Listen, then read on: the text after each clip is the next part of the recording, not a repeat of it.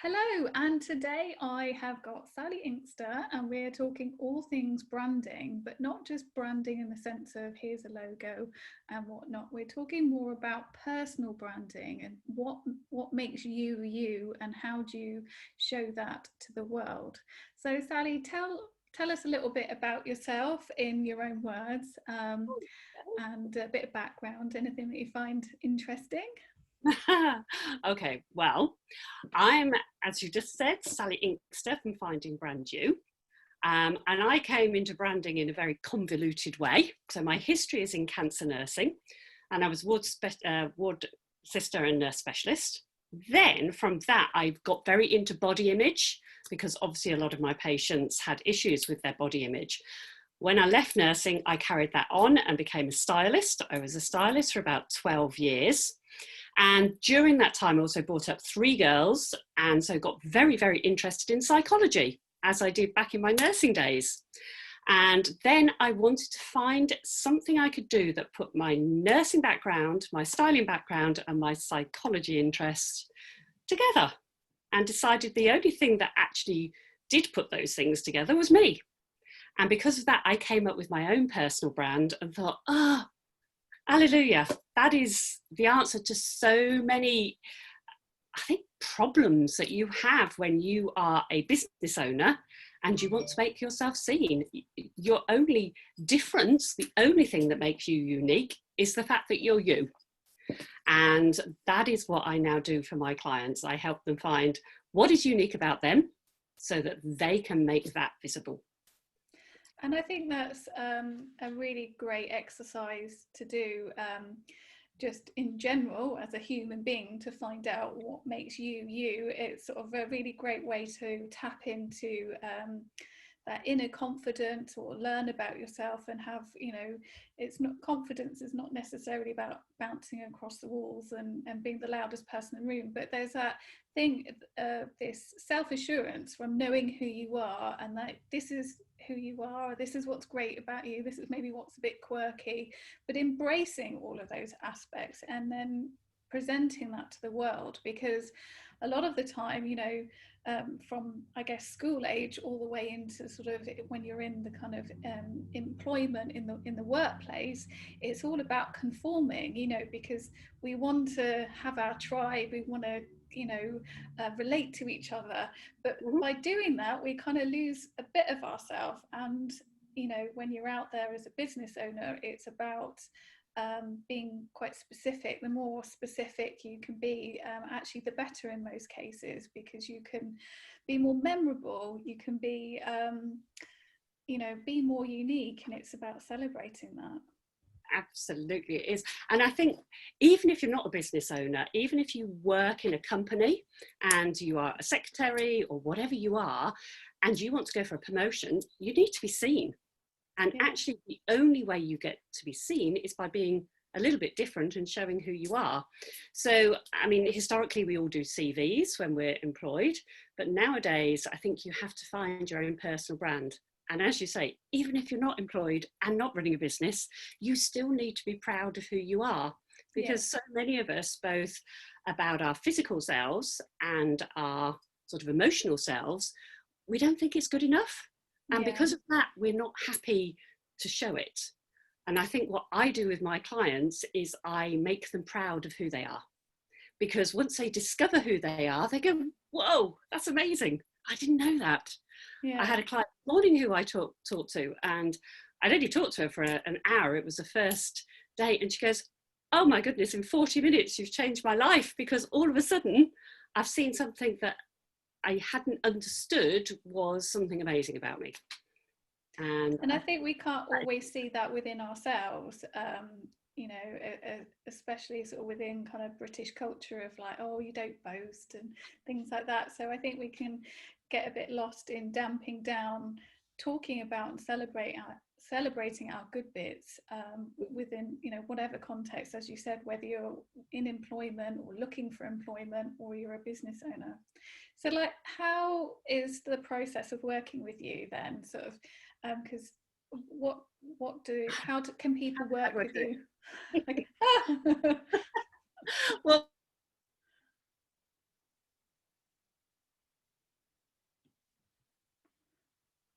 hairdressing career.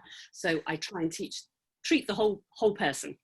But I came up when I started with my 3 PHs of personal brand. And my 3 PHs, the first one is your philosophy. So who you are, what you stand for, what your strengths are, your weaknesses, your values, but how your brain works. So that's your philosophy. Then the second part is your physicality, and that's actually your physical you, how you come over, how you're seen, and how you interpret yourself and how you see yourself. So that is quite physical, that part. And then the last bit is the phenomenon of whatever your business is, anything like that. We talk about that, and then we put it all together and come up with a personal brand. So it's about every part of you. There isn't a single part that we don't address, really. And I do that sometimes in a structured way to find out all those things, but from then on it's very bespoke as to what your business is and what you're trying to achieve and what you want to discover and get from it in the end. And I remember when I first met you, you were just about to embark on running your first workshop. So do you still run workshops, albeit online, or has that had to pause for the moment? No, I do a free Zoom on a Friday morning. Yes. For half an hour, that's all it is.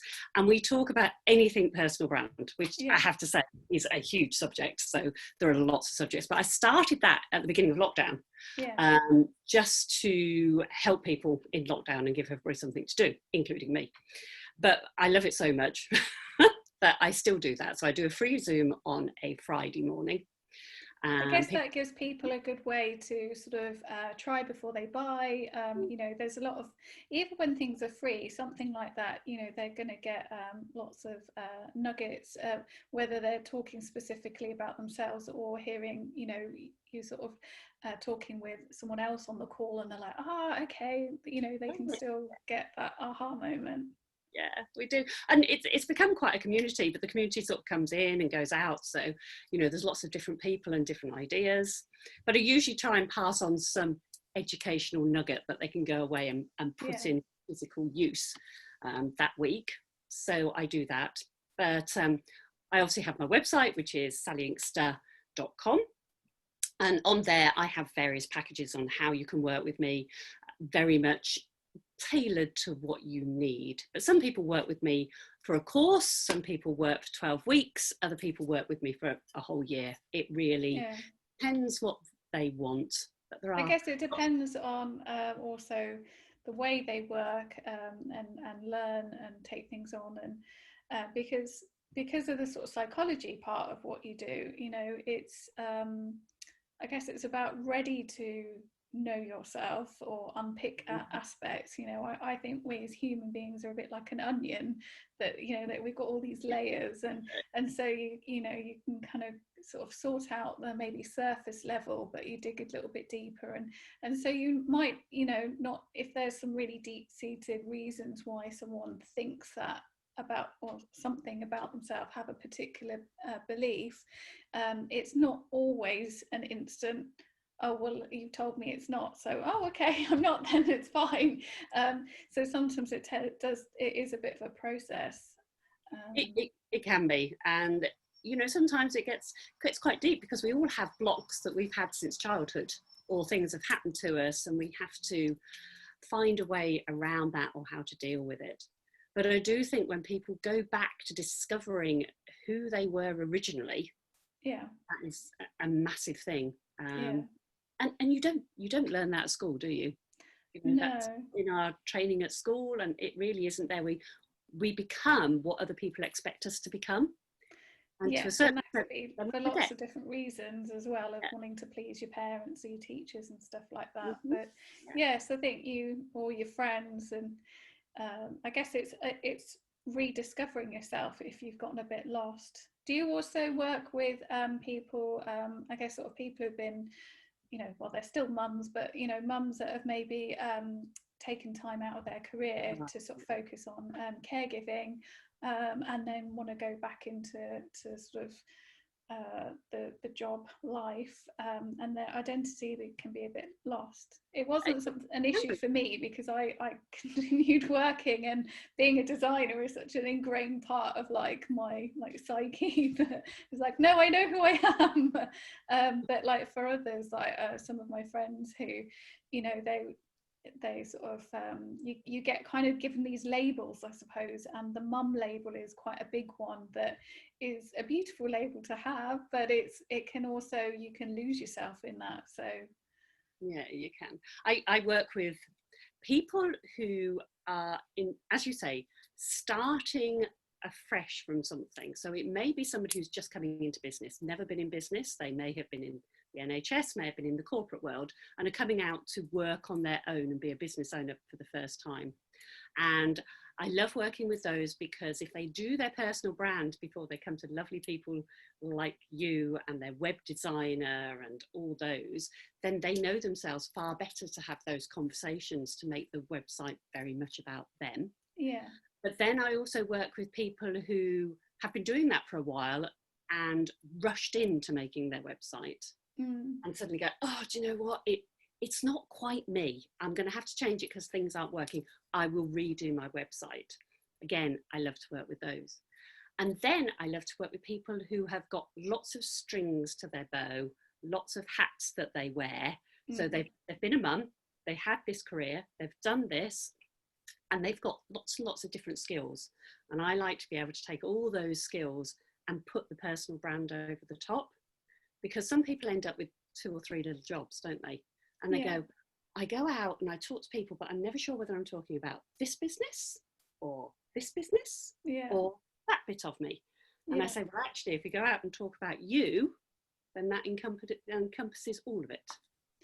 And that sort of taps into the idea behind sort of networking, as it were, is the whole people buy from people. So the kind of the doing part of what you do is almost secondary. If someone has a rapport with you, if you're appealing to them in your you know, if you walk into the room, people are going to be sort of looking at your appearance. So I guess that's where the physical part of what you do and all your you know, the image consulting is so useful, because you know, you can present a better facade, but you will also feel better for it. You know, there's a lot to be said for putting a bit of lippy on it. It works. You know, it's not going to fix like the spot that's here or there or whatever.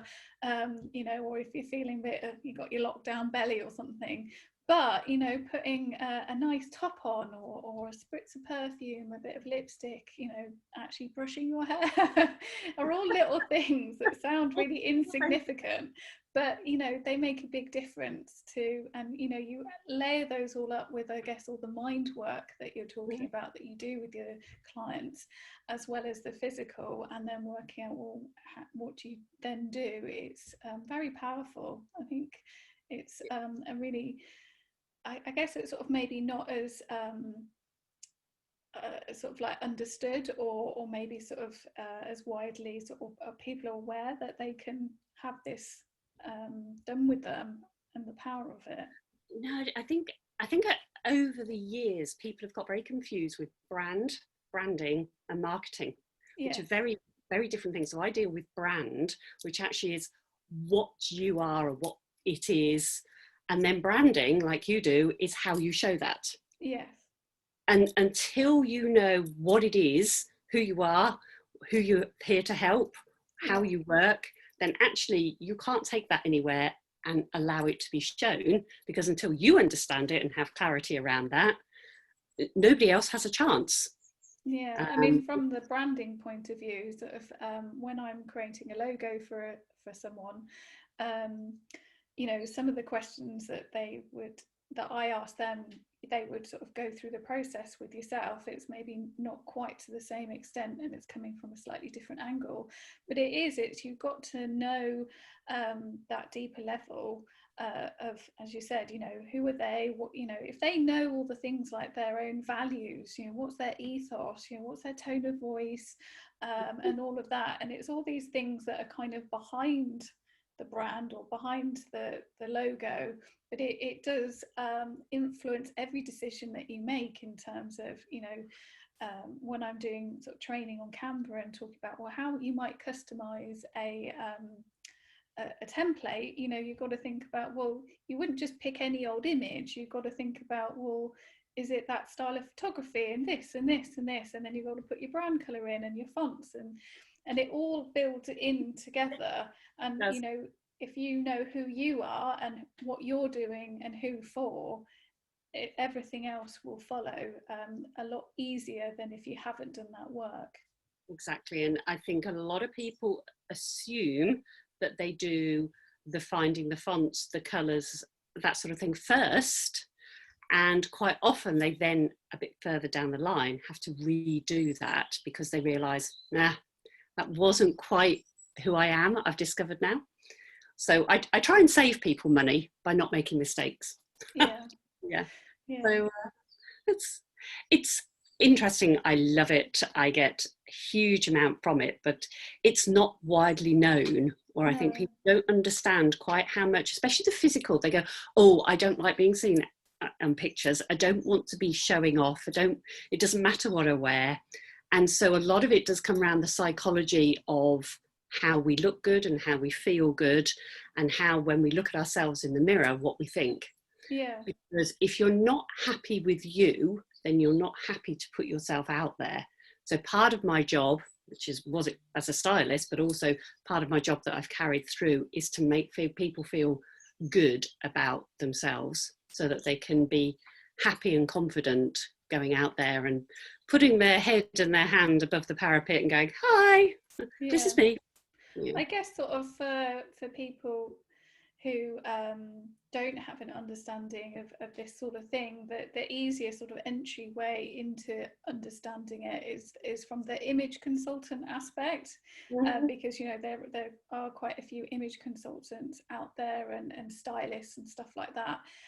But you know, with what you're doing about working out, you know, with the psychology part of you, it's really leveling it up. Yep. Because you know, so I think that's really quite unique. You know, it's and very, as I've said before, powerful, you know, to have that understanding of why you've got that particular belief, or unpicking different bits about you and celebrating it, and then presenting that in your physical appearance, and as well as sort of, I guess, you sort of picking out sort of tips like you know, what colors will suit that person better and things like that. It adds into it as well. It does. And also, I mean, as you know, colours look better. Some colours, or some tones of colours, look better on other people than they do on others. But also, what do colours mean? I mean, you know, what does blue say to people? There's lots of different blues, but it's knowing the psychology around colour, that sort of thing as well. But then how do you put that into your business? Because although if you're a sole trader and working on your own, yes, your business is very much you, but it's not totally you, because it is slightly different. It is your work.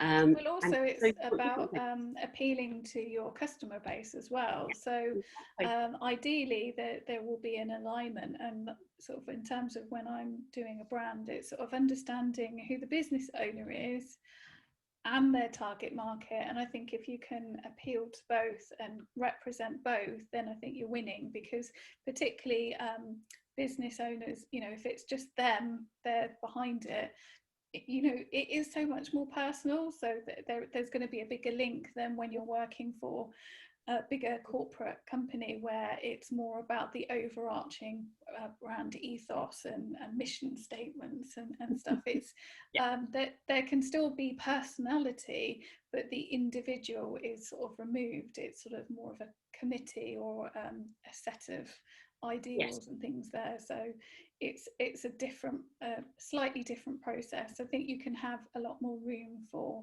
individuality and fun. And you're right about the colours thing. I read a really great book on the psychology of colours. And I think, again, in the image consulting kind of land, there's the whole like, oh, winter and summer tones and spring and stuff, but there's much more than that as well, of that there's all the shades of it. So when people say, oh, I like blue, as you said, more like, well, do you mean navy blue? Do you mean like aqua?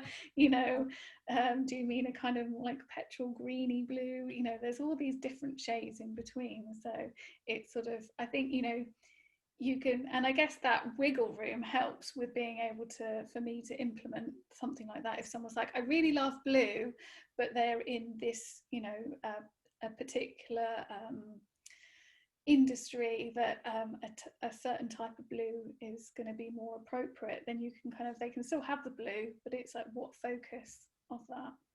Yeah, absolutely. And I think the really interesting thing psychologically wise with colour is there are some personality tests that you can do that is just based on your personality. Once you've had that personality done, even if you haven't seen that person, it's about 76% to 80% correct that you can tell them what colours will suit their skin tone and their eye colour and their hair colour. Oh, really? Is it the one where it's like you're either red, blue, green, or yellow? Is it that one? Yeah, that one comes into it as well. That sort of colour personalities, isn't it? Yes. You know, yeah. No, but there is one that you can, a personality test that you can do that is just your personality, and it tells you, you know, that you will be a light summer or a cool winter, and it actually gives you a colour palette.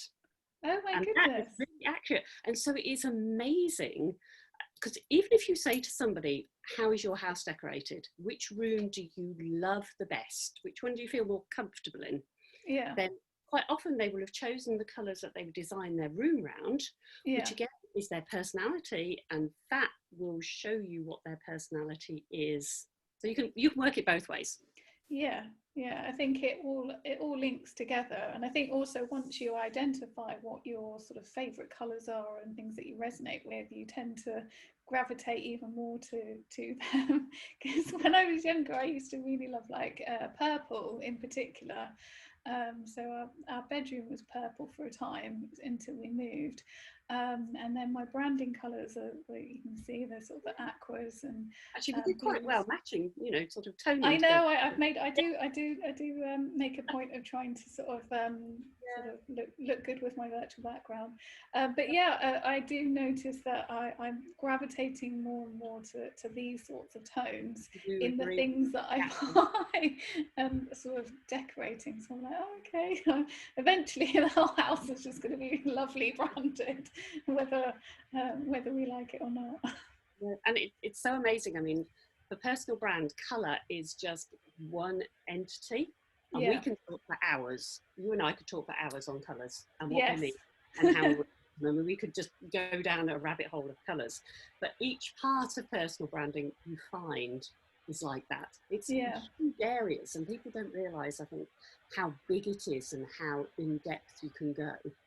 I guess that's why you can have sort of your one-to-one work, you know, have creating that program which is across the year, you know, or over, you know, that longer period of time. I mean, because even if you condense it down into like a day, you know, when you're doing a day's workshop and things like that, or a day one-to-one, you're only going to reach so far because of the onion effect. You know, you're going to have those aha moments and deal with that. But as life progresses, other things happen that, you know, if you're doing that ongoing work and sort of coaching with yourself, I guess they're going to have a much better outcome because you're going in that much greater depth. And I also think you get that first step, or that the underneath foundations is what I try and give people, because if I talk to my clients, they have probably tried to work out their personal brand for 18 months to 2 years. Now that is a long period of time to beginning to get those things in your head. Whereas if somebody works with me even for a short time of 6 hours, they can get the foundations, and it speeds that. I mean, it just gets it all done so much quicker. And when you are trying to build a business, sometimes things like that, you need it to be a bit speedier than it is if you try and work it out on your own. I think it's really hard to see yourself sometimes if you're just doing it yourself. You need somebody else to help you understand who you are. So that leads in quite nicely to something that popped into my head a little bit earlier. Oh, yeah. I'm watching, been watching Queer Eye. I absolutely Oh, love yes. it on Netflix. And I guess sort of the more and more we talk about the things that you do and how you help people, actually, you're 5 queer men in one. I know. It's exactly what they do. Yes. Because that's what they do. They're representing all these different aspects of how you're helping people. Maybe not so much sort of the home decoration part of it, but he does cover sort of some of the design and stuff like that. But yeah, it's interesting. So you can have Sally Inkster or 5 queer men who are beautifully good looking, up to you. Yeah. So actually, you know, that you're, you know, value for money in that sense. Yeah. Oh, yeah, that's a good one. But I do love queer. Yeah, it's a Yeah. very Feel free to appropriate that for your I think own I will do. use. I could make some great adverts. Yeah, I think you could do a really good post on that, you know, like looking at the, you know, the different characters on the show and what they do and then how it relates to how you help people. Watch this space, Mary There we Louise. go. Tag me in it. Gonna have to use that one, yeah. Yeah. Well, I think we've kind of covered a sort of the sort of spectrum of what you do. Sorry. I said we covered a lot, I think. Yes, yeah. I think well, you're going to be sending over your contact details. I'll make sure to link them in the post and everywhere that I upload this video to. So if you've got any questions about personal branding and about, you know, who am I and all of that, all these, you know, really simple questions.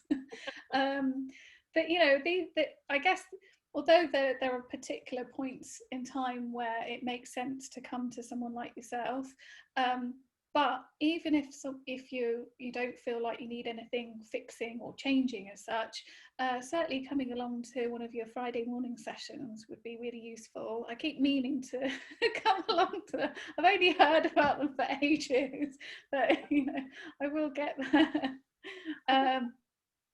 Friday morning, you know, Yeah. when we were in lockdown, Friday morning, it didn't matter what time of day was it, nobody had anything to do. But it is only for half an hour, but we do get through a lot in half an hour. Yes. No, I think also you can always learn stuff, you know, whether it is that little nugget, but it's that ripple effect of what that might then take you or actions to doing. So I think that's brilliant. And it's also that little bit, that saying, isn't it? You don't know what you don't know. Exactly. Yes. And when you learn something you don't know, you think, oh, I didn't realise I didn't know that, but yes. I didn't. And it can appear so small, but it can, you know, have some big impact. So excellent. Well, thank you so much for chatting with me, Sally. As you said, I think we could spend easily a couple of hours just talking about colours. And then textures and fonts. And then Canva itself, yes. Yes. And I just have to say, I'm loving your jacket there or top. Oh, yeah. Is it a shirt? I have beautiful. to tell you, I am actually on holiday at the moment. So this is sort of coming in from sunbathing. Oh, very nice. Well, I wouldn't have known. You disguised it very well. I do love leopard. I think yes. I counted up how many pieces of leopard items I had, and I had a lot. I think I have since got rid of a few, but I do love leopard. You know, and the one thing about leopard print, because people think you have to be, you know, what do you wear it with? Can you just wear it with black or an equivalent colour? But what you have to remember about a leopard print is in your head, you have to imagine it's a neutral colour. I agree, yeah. So it is just a neutral. So you can put leopard with anything. So if you've got a leopard belt, you can put it on with patterned trousers, patterned tops, because leopard print is a new neutral. Yeah. And if you remember that, it takes a lot of the worry out of it, because you can put it with things that you'd normally put a plain colour. Absolutely. Yeah. I'm going to go dig out my leopard print belt now. I haven't worn a belt for ages. It's funny kind of what your styles, you go through like phases. Yes. I haven't got rid of like loads of things because I'm like, oh, I might wear them again. And I think a lot of how you look and you look in clothes and the clothes you wear is about balance. And so obviously when we physically go into a room, people see the whole of us. And what happens when we're on Zoom people literally see this bit here. Yeah. And actually, some clothes that you wear that look great when you stand in front of a mirror, when you come on Zoom, it's a very different scenario. And that's been a big learning curve for people. Yeah. Have you done a training session on that? I did a what you should and shouldn't wear on Zoom, and how you should and shouldn't do backgrounds and We share the link for that, and I will make sure to yes. drop that below, because I think that will be a really practical top tip to share with everyone, as well as sort of the invitation to come to your Friday morning sessions as well. Okay. Yeah, Brilliant. Well, thank you so much for that. I shall end our Thank chat, and I will see you soon. We'll see you soon. Take Enjoy care. the rest of your holiday. Thank you. Bye. Bye.